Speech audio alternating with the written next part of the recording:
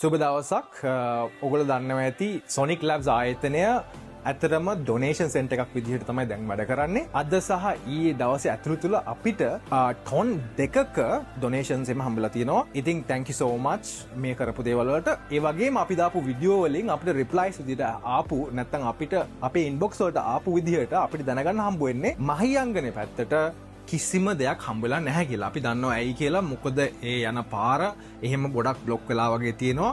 ඒ වගේම මම දන්නවා අපේ ඉමර්ජන්සි සර්විසස් අපි ත්‍රිවිධ හමුදාව මේ වගේ දේවල් වලට ගොඩක් අමාරුවෙන් තමයි වැඩ කරන්නේ. ඉතින් ඒකටත් හෙල්ප් කරන්න එක්ක අපි හිතුවා මේ හම්බුන බඩු ඔක්කොම අපි මහියංගනේ වෙත යොමු කරන්න.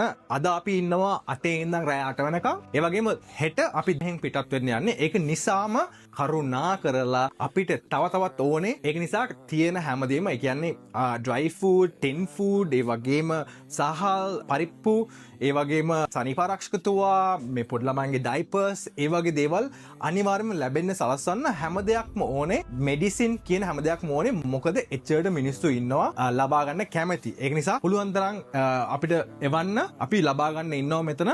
අපිට එක දෙයක් කියන්න ඕනේ floodsupport.org කියන platform එකෙන් තමයි අපිට ගොඩක් දේවල් හම්බුනේ. මොකද අපි ඒකේ ඉන්නවා help center එකක් විදිහට.